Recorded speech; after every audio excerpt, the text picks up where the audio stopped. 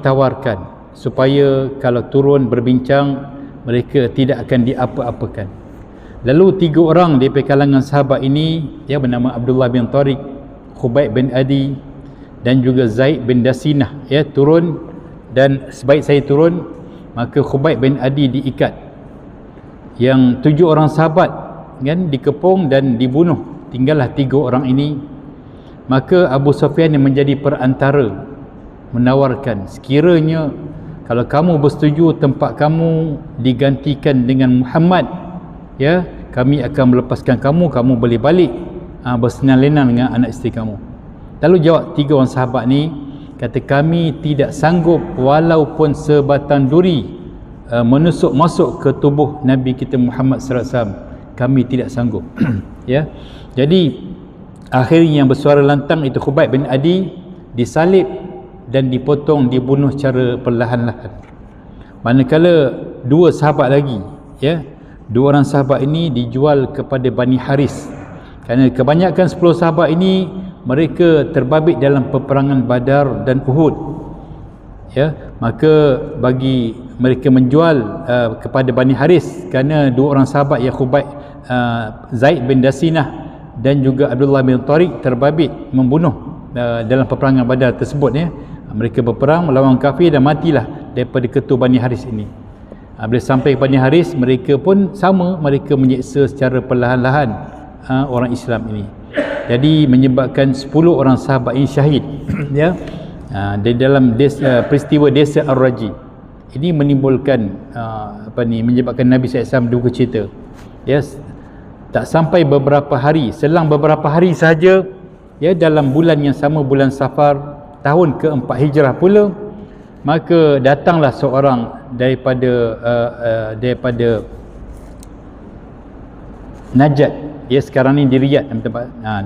Seorang daripada Najat yang bernama Abu Barrah Amir bin Malik datang berjumpa Nabi sallallahu alaihi wasallam.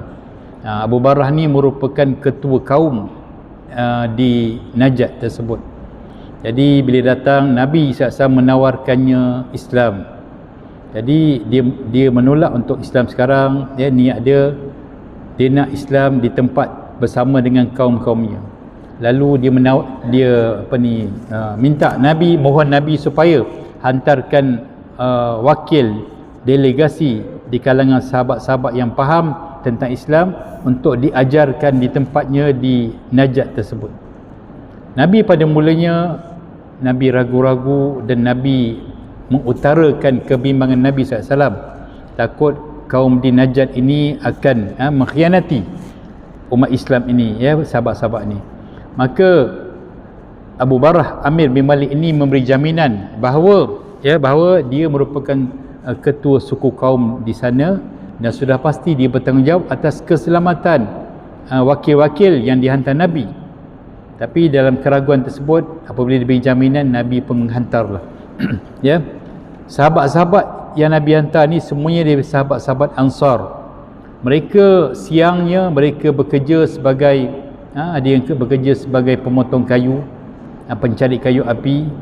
Kemudian sebagainya bekerja sebagai mengangkat atau mengangkat air, ya, mengambil upah mengangkat air, ya. Dan malam pula mereka rajin berqiyamul lail. Pendapatan mereka pula mereka bagikan kepada orang-orang muhajirin, lebih-lebih lagi di kalangan ahli sufah yang mana mereka di kalangan yang miskin tegar, ya. Jadi inilah orang-orang Ansar yang terhebat yang Nabi cari seramai 70 orang, dan mereka kebanyakannya qurra, menghafal Al-Quran, alim, ya, dan bijak dalam pekerjaan. Jadi Nabi SAW melantik Haram bin Milhan sebagai ketua delegasi, yang mana Haram bin Milhan ni merupakan bapa saudara kepada Sayyidina Anas bin Malik radhiyallahu anhu. Ya, ibu kepada Sayyidina Anas bin Malik adalah Ummu Sulaim bin Milhan. Yang ni ketua delegasi ni Haram bin Milhan, adik-beradik, ya. Jadi Nabi SAW juga memberi beberapa pucuk surat supaya dalam perjalanan nak ke Najat tersebut boleh diberikan kepada ketua-ketua suku, ketua-ketua kaum, ya, termasuk juga di Bir Ma'unah, ada satu ketua kaum yang bernama Amir bin Tufail. Maka apabila Nabi SAW setelah mengamanahkan kepada Haram bin Milhan, mereka sahabat ni pun berjalan dah, ya, berjalan dan ketika sampai di Bir Ma'unah, maka Haram bin Milhan dengan dua sahabat lain, ya, jadi mereka yang ramai tunggu di kemah. Jadi Haram bin Milhan dengan dua sahabat lain pergilah, kan. Dua sahabat ni niat dia nak mengembala kambing, kan, sambil berdakwah ni, sambil mengajar mereka mengembala kambing. Jadi Haram bin Milhan bagi tahu dengan sahabat ini, dua sahabat ni, kamu pergilah, kan, kalaulah aku dikhianati, dibunuh, kan, jadi kamu dah tentu selamat. Daripada 3 orang mati, biar seorang saja mati, ya. Jadi sahabat tu pun, yang dua sahabat ni pergilah mengembala kambing. Kemudian Haram bin Milhan jumpa dengan Amir bin Tufail, lalu dibagilah surat Nabi sallallahu alaihi wasallam. Berkenaan surat tersebut mengajak Amir bin Tufail untuk memeluk Islam. Tetapi pada diri batang tubuh Amir bin Tufail ni mempunyai dendam kesumat terhadap Nabi SAW dan terhadap umat Islam. Lalu apa Amir bin Tufail ketika dia beri surat tersebut, dikeronyok dan dikoyak surat tersebut, lalu dia mengarahkan orang bawahnya untuk membunuh Haram bin Milhan, lalu ditombaknya sehingga tembus di bahagian dada. Jadi ketika itu Haram bin Milhan pun jerit, kata, Allahu Akbar, demi Tuhan Kaabah aku telah menang, ya. Jadi peliklah orang kafir ni, ya. Kalau ikut logik akalnya, kalau dah bunuh ni kira kalah lah. Itu pada pandangan orang-orang kafir, ya. Tetapi seperti contoh yang sekarang di bumi Gaza sekarang ini, bagaimana, kan, dalam keadaan umat Islam dilakukan genosid terhadap umat Islam, ya, kita mampu hanya melihat, mampu hanya berdoa, kan, kita boikot dan sebagainya, itu saja yang kita mampu buat. Sedangkan negara-negara yang terdekat ni pun mereka diseliputi dengan penyakit al-wahan, takut, ya. Jadi yang sepatutnya kalau kita jauh, yang beribu, lebih hampir 10,000 kilometer ni, yang kita punya semangat yang wajar, yang kental, kan, begitu jugalah mereka, cuma di kalangan pemimpin mereka yang ada penyakit sebegini. Kalau dibuka ruang kepada rakyat, sudah tentulah rakyat ataupun kebanyakan rakyat akan sanggup melakukan jihad membantu saudara se-Islam, ya. Tapi disebabkan pemimpin ada sifat nifak yang tebal, jadi sebab itulah yang menyebabkan mereka lebih takutkan dengan kekuatan Amerika berbanding takutkan kepada Allah Subhanahu Wa Taala, ya. Jadi bila Haram bin Milhan terbunuh, lalu Amir bin Tufail, ya, minta daripada kalangan Bani Amir. Bani Amir ni yang Amir Abu Barah Amir bin Walid tadi, kan, minta kerjasama supaya menghabiskan seramai 70 orang lebih daripada kalangan umat Islam ini. Tetapi Bani Amir tidak bersetuju, kerana bosnya dah bagi pesanan supaya jaga di kalangan delegasi yang dihantar ke Najd ini. Dalam perjalanan ni, apabila dibunuh Haram bin Milhan, apabila kaum Bani Amir tidak setuju, lalu Amir bin Tufail mengajak pula kaum Bani Zakwan dan Iyan untuk sama-sama menghabiskan ataupun menyembelih lebih 70 para sahabat ini. Jadi bersetujulah Bani Zakwan dan Iyan ini untuk membunuh, dan berlakulah penyembelihan hingga menyebabkan boleh katakan semua yang terbunuh kecuali seorang yang bernama Ka'ab bin Malik Al-Jarrah. Ya, Ka'ab bin Malik ni walaupun cedera, tapi dia berlindung di sebalik jenazah-jenazah syuhada-syuhada lain, kan, dia terselamat. Dan walaupun berlaku kecederaan, dan dia pun ambil kesempatan untuk pergi ke Madinah nak mengadu pada Rasulullah. Yang dua orang tadi, yang dua orang pergi menggembala kambing, apabila balik saja dia melihat daripada jauh burung-burung yang jenis makan daging ni, kan, nampak di atas, itu dah petanda tidak baik. Bila sampai di dekat, dilihat sahabat-sahabat mereka terbunuh. Seorang di kalangan sahabat Munzir ini, dia kata, kita takkan nak biarkan sahabat-sahabat kita syahid, kita pun berjuang sekali, Lalu Munzir ini pun, sahabat Munzir ini pun berjuang dan terbunuh juga, syahid sekali. Tinggallah seorang yang bernama Amr atau Amir bin Sumayyah daripada kalangan Bani Munzir juga, tetapi dapat ditangkap oleh pasukan Amir bin Tufail. Lalu ditanya, kamu daripada suku mana? Dia katalah dia daripada Bani Munzir. Dalam masa sama, Amir bin Tufail pernah bernazar dia akan membebaskan seorang daripada kalangan Bani Munzir. Dia walaupun dia kafir, tapi nazar dia dikuatakan. Lalu dia membebaskan Amir bin Sumayyah ini kerana dia pernah bernazar dengan ibunya, ya. Maka setelah itu Amir bin Sumayyah ini pun berjalanlah nak sampaikan berita kepada Nabi. Dalam perjalanan dia terserempak dengan dua orang di kalangan Bani Amir, ya. Apabila waktu malam yang sejuk, mereka berkemah bersama-sama. Apabila dilihat dua orang dari Bani Amir ni sedang tidur nyenyak, dan Amir bin Sumayyah menyangka bahawa dua dari kalangan Bani Amir terbabit dalam pembunuhan lebih 70 sahabat-sahabat ini, ya. Disebabkan tu ketika mana sedang nyenyak tidur, dia pun pergi bunuh dua orang dari kalangan Bani Amir ini. Maka ketika sampai di depan Nabi sallallahu alaihi wasallam, lalu Amir bin Sumayyah pun menceritakanlah, kan, menceritakan bahawa telah membunuh dari kalangan Bani Amir dan tentang 70 sahabat yang meninggal ini. Maka Nabi SAW bagi tahu bahawa Bani Amir tidak terlibat langsung, tidak terbabit dalam pembunuhan terhadap umat Islam, terhadap para sahabat ini, ya. Nabi SAW dalam menghadapi peristiwa lebih 70 sahabat terbunuh, tetapi Nabi tetap mengambil berat tentang perjanjian Nabi dengan Bani Amir ini. Nabi terpaksa cari dana untuk membayar diat ataupun pampasan kepada dua orang dari kalangan Bani Amir ini, ya. Dia bayar kepada keluarga, kepada kaum Bani Amir ini. Dan setelah itu Nabi SAW melakukan kunut nazilah. Nabi SAW melakukan kunut nazilah walaupun sahabat-sahabat ini dibunuh dalam masa sehari. Lebih 70 sahabat dibunuh, tetapi Nabi melakukan solat kunut nazilah ini, Nabi buat 5 waktu, lebih kurang 1 bulan Nabi buat. Ya, kita kiralah sekarang ni yang kita lihat kalau para sahabat lebih kurang 70 orang yang terbunuh, Nabi sallallahu alaihi wasallam melakukan kunut nazilah selama sebulan. Yang kita hadapi sekarang ni bukan 70 orang, bukan 700 orang, dan bukan 7,000 orang, lebih hampir belasan ribu orang yang telah dijenosid oleh Zionis laknatullah ini. Dia sekarang ni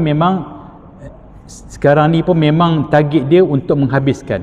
Dia putuskan electricity hingga menyebabkan putus hubungan, kan, internet tak ada, putus hubungan dunia luar. Jadi seolah-olah mereka orang-orang Yahudi laknatullah ni, Zionis ni, dia terpaksa buat demi menjaga kepentingan politiknya. Kerana kalau setan Yahudi ni, kalau dia tak buat begitu, dia pasti akan dipenjarakan, kes dia lama akan terbongkar. Jadi demi nak selamatkan kerjaya politik dia jadikan orang Islam sebagai umpan, sebagai punching bag, untuk dia dapat berkuasa dan dapat menghapuskan umat Islam di bumi Gaza. Jadi inilah yang kita hadapi sekarang ini, ya. Jadi kalau kita lihat ketika berlaku penyembelihan di Lubnan, ya, di Lubnan Selatan, ya, itu peristiwa Shabra Shatila. Begitu juga, itu lebih kurang dalam 3,000 orang dibunuh. Tapi sekarang ni lebih 11,000 orang. Dan sekarang ini sedang, ketika kita dengar kuliah ni pun pembunuhan masih berterusan. Jadi apa yang mampu kita lakukan, kan? Jadi paling kurang, kan, kalau orang-orang yang boleh memboikot, ya, menyebarkan sama ada kepada umat Islam, kepada non-Muslim pun sebarkanlah, kan, tunjukkan kebiadaban Zionis laknatullah ini. Bukan saja di bumi Gaza itu bukan 100% Muslim, yang non-Muslim, yang Kristian pun ada sekali, kan. Jadi bagi orang-orang yang non-Muslim ni, kalau cerita tentang orang Islam mungkin dia tak terasa sangat, tapi kalau pada non-Muslim sendiri, pada orang Kristian, ada video dia kita hantar, pada dia nak hidup dalam keadaan aman damai, tetapi mereka bahkan bukan setakat hospital, sekolah, universiti, bahkan masjid-masjid, bukan setakat masjid, gereja pun mereka hancurkan. Ya, jadi bila bagi supaya dan muslim ini boleh tengok kebiadapan, ya, mungkin pada orang Islam mereka tak terasa sangat, tapi pada agama yang sama kepada mereka mungkin dia terasa tentang bagaimana keculaparan ataupun kebiadapan Zionis laknatullah ini buat genosid terhadap umat Islam. Ya, inilah perkara yang menyebabkan kita kadang-kadang kita rasa benda ni seperti benda yang selalu kita perkatakan, kan, macam tak ada cerita benda yang cerita tentang ini, tapi ni realiti yang berlaku, ya, di abad ke-21 sekarang ni yang berlaku, tetapi kita gunakan apa yang semampu kita, ya. Sebab kalau Nabi SAW melakukan kunut nazilah ini selama sebulan, bukan dalam waktu subuh, solat 5 waktu Nabi lakukan, bukan pada solat yang jahar sahaja, pada solat sir, zuhur, asar pun Nabi tetap melakukan kunut nazilah dengan bacaan yang kuat, ya. Tetapi kalau kita di masjid-masjid surau, kalau mampu kita lakukan 5 waktu, lakukanlah 5 waktu, ya. Ini yang termampu kita lakukan. Sebab apa? Sebab di zaman Nabi berlaku hanya 1 hari, tapi 1 bulan Nabi melakukan kunut nazilah. Nabi mendoakan kemudaratan kepada Bani Zakwan dan gengnya Bani Lihyan, yang mana turut membantu untuk membunuh seramai 70 sahabat ini, ya. Maka berlakulah Nabi doa sehingga kata seperti mana ujian diberikan kepada kepada kaum Mesir zaman Nabi Yusuf kemarau, lakukanlah kepada Bani Zakwan ini. Ya, ini doa-doa yang Nabi ajar, Nabi bacakan, ya. Jadi kita sekarang ni doa yang sama jugalah kita lakukan, yang kata kunut nazilah ini kita lakukan untuk dimudaratkan kaum Zionis laknatullah, supaya dengan cara itu tidak banyak sikit boleh mengurangkan dia punya kejahatannya, ya. Contoh macam kita dengar dalam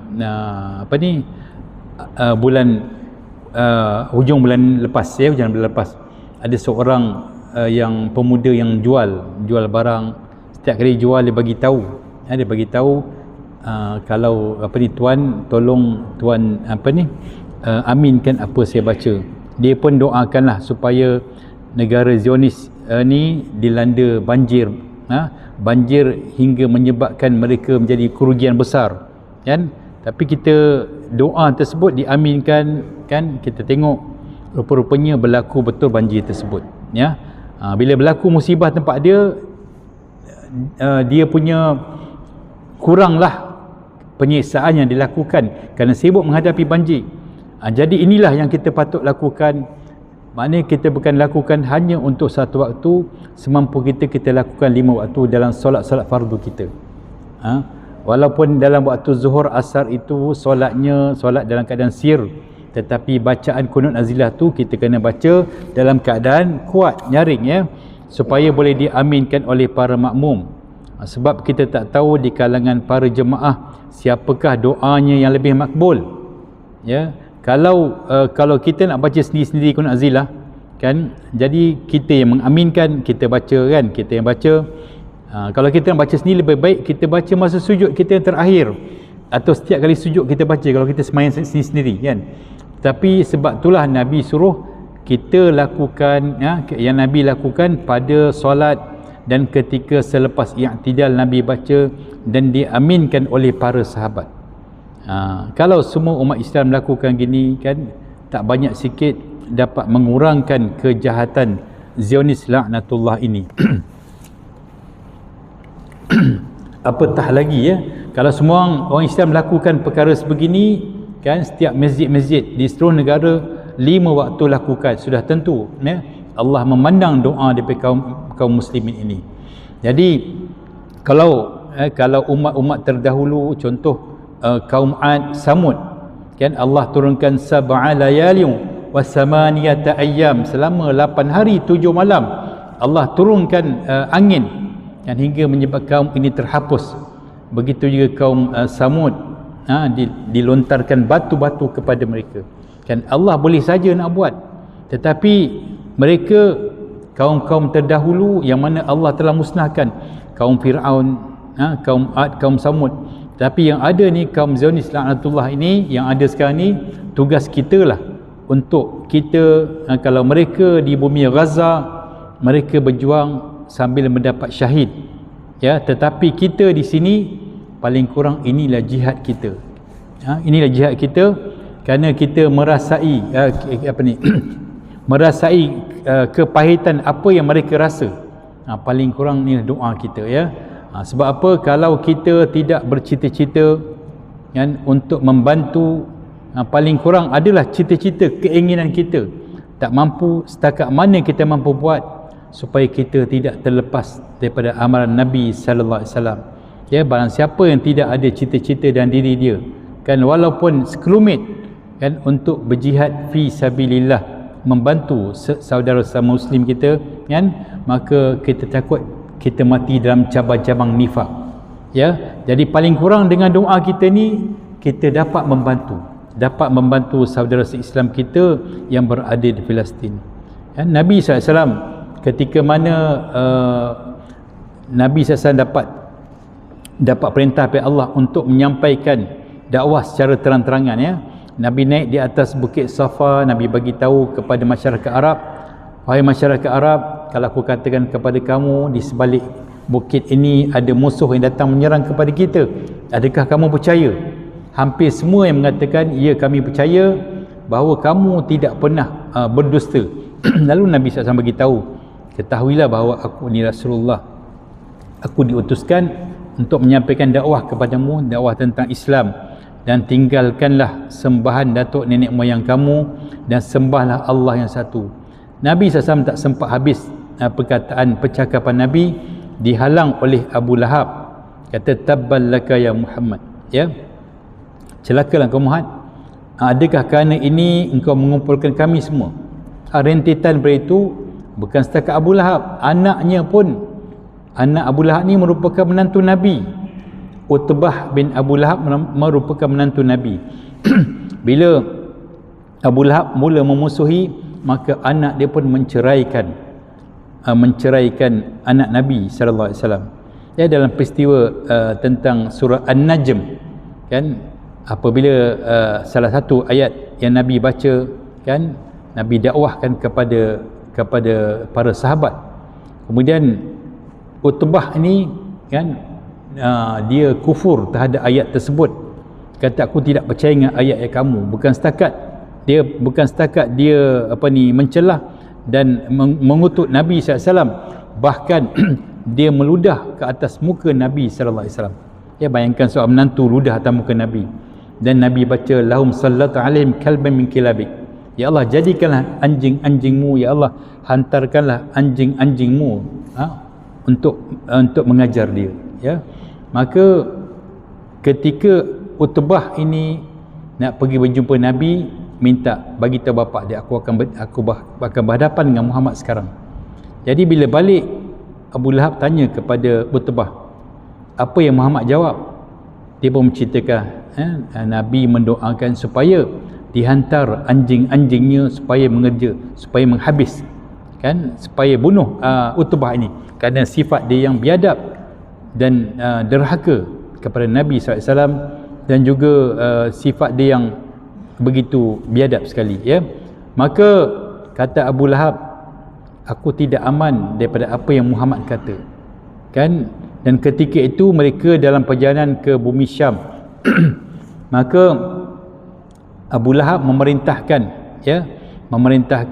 ketika mereka berkemah di waktu malam, diletakkan barang-barang tersebut di satu tempat yang tengah, kemudian diletakkan Utbah ni tidur di tengah-tengah dan dikelilingi oleh bodyguard, oleh pengawal-pengawal.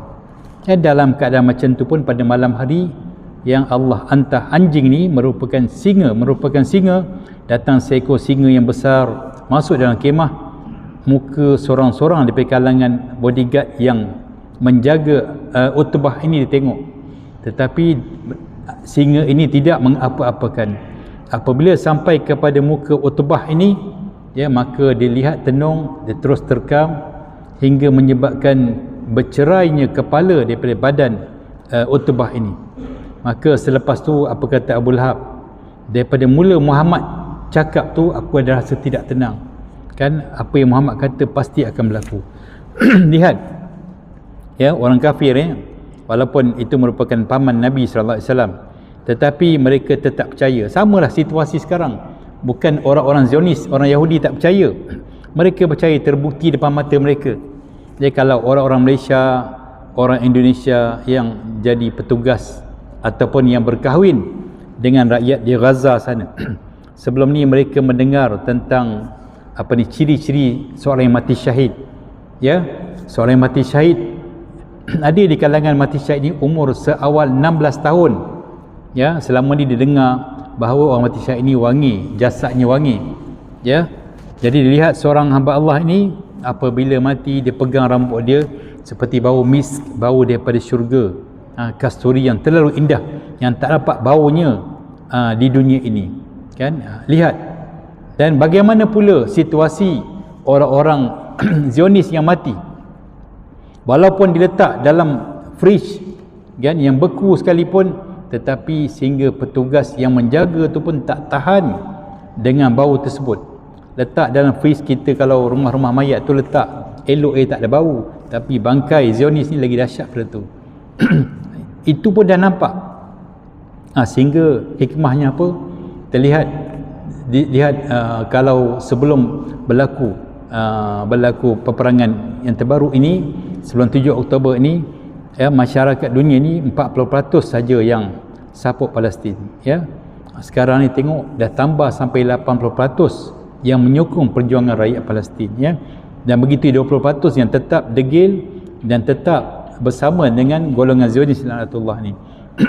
Jadi kita lihat, walaupun satu segi kita lihat mereka berada seolah-olah berada dekat dengan neraka, seolah-olah gitu pada pandangan mata kasar kita, ya. Sebab tu mereka kalau nak selamat, mereka boleh saja keluar, tetapi mereka tahu inilah bumi, dan inilah bumi Islam yang Allah bagi kepada penduduk Palestin, kan. Apabila berlaku dalam peristiwa Nakbah, 1.5 juta penduduk di satu tempat tersebut, ya, maka 7 ke 800 ribu dihalau, kan. Siapa yang tak keluar dibunuh. Jadi hingga menyebabkan mereka jadi pelarian sehingga sekarang tak ada tempat. Jadi mengambil iktibar daripada peristiwa tersebut, penduduk Gaza walaupun diancam dengan berbagai-bagai, mereka sanggup Gaza itu jadi kubur mereka sendiri, daripada mereka meninggalkan Gaza tersebut. Kalau meninggalkan, akhirnya akan dikuasai penuh oleh Yahudi ini, ya. Mereka dah ada rancangan kenapa di bumi Gaza ini, yang dia ada terusan sampai kepada terusan Swiss tersebut, dan di kawasan tersebut ada gas-gas yang banyak yang bernilai berbilion-bilion dolar. Itulah target. Itulah target sebelum kuasa-kuasa besar, kuasa-kuasa besar membantu Yahudi ni, membantu negara Israel ni.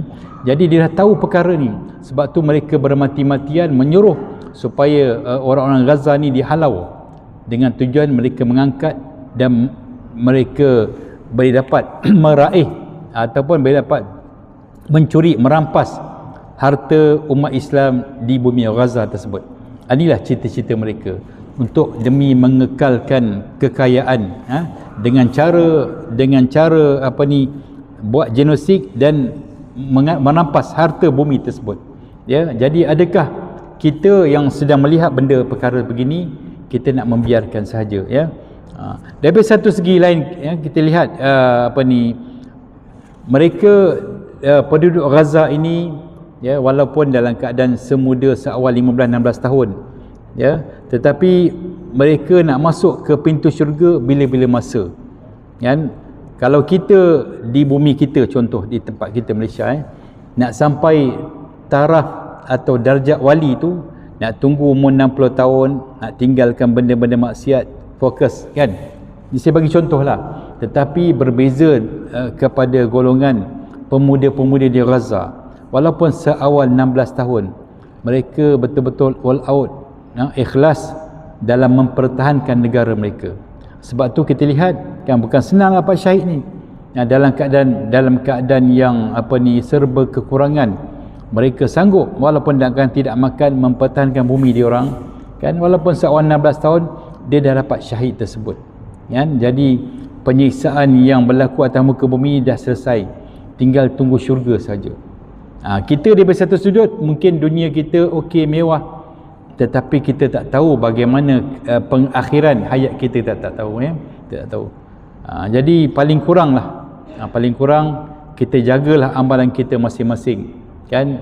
Tinggalkanlah dosa tinggalkanlah dosa-dosa, apatah lagi dosa-dosa besar yang kadang-kadang merisaukan kita. Kita pun tak boleh nak bezakan mana yang dosa besar dan mana dosa kecil. Kadang-kadang kita terus kan yang kita sangka macam dosa kecil je. Dosa kecil ni dengan kita berwuduk, dengan kita sedekah, dengan kita menasihatkan kawan, berwuduk dan sebagainya, boleh terhapus dosa kecil ni ya.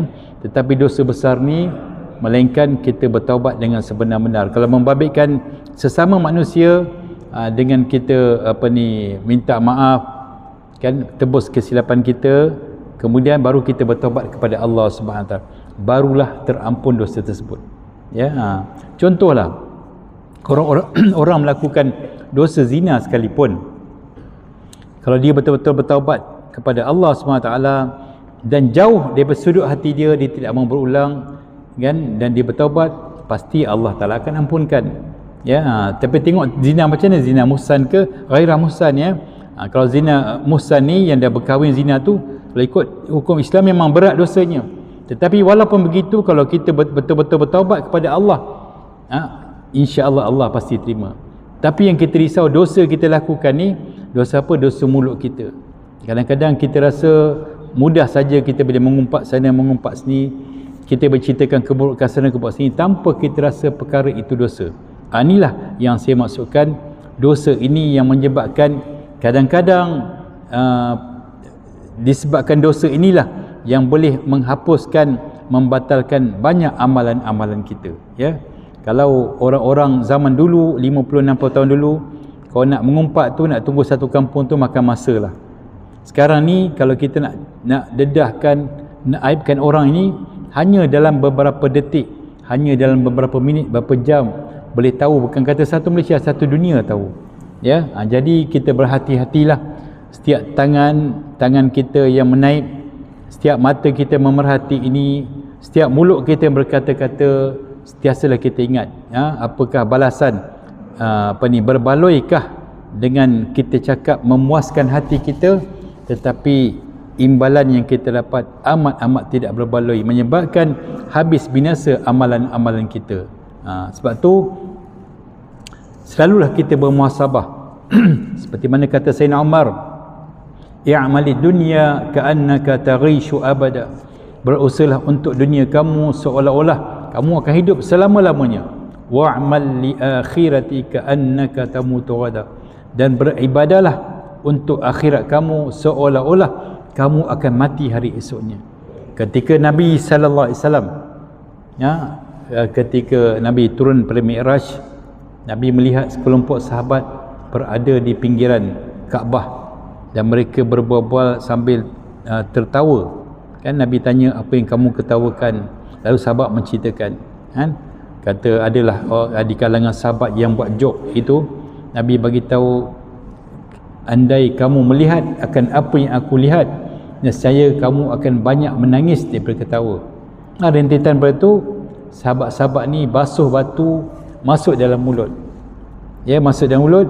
Bila nak cakap sesuatu yang penting, baru dikeluarkan, baru bercakap. Jadi kita begitulah, jangan sampai apa terlintas dalam benak pemikiran kita, terus kita bercakap tanpa kita memikirkan perkara itu menjadi dosa atau pahala ya. Inilah yang kadang-kadang ketika saat kematian kita, barulah satu persatu kita lihat. Kita sangka amalan kita setinggi bukit atau sebesar gunung, rupa-rupanya ditunjukkan satu persatu. Daripada semenjak akil balik sampailah saat kematian kita, yang kita tak sangka setinggi gunung tersebut rupa-rupanya seperti mana bukit yang berada di padang pasir, datanglah angin taufan ataupun ribut, jadilah seperti mana debu-debu yang bertebaran, ya. Kita minta jauh pada perkara tersebut. Jadi hati kita sentiasalah kita berdoa, ya. Nabi sebut, man la yahtamma bi amril muslimin falaisa minhum, barang siapa yang tidak ambil peduli tentang urusan umat Islam, bukanlah daripada kalanganku. Paling kurang kita doalah. Kalau besok kita ditanya, ya Allah, tanya oleh Allah, apa yang kamu buat? Kan Allah tidak tengok pada hasil, Allah tengok apa usaha kita. Paling kurang kita doalah. Setiap waktu kita doa, sembahyang sunat kita doa, bangun malam bertahajud itu dah. Mudah-mudahan ada kebaikannya yang baik pada Allah Subhanahu Wa Taala. Salah silap atas kekurangan dan kelemahan di saya maaf. Saya akhir lafaz yang mulia, aqulu qawli hadza wa astaghfirullahal azim. Wabillahi taufiq al hidayah. Assalamualaikum warahmatullahi wabarakatuh.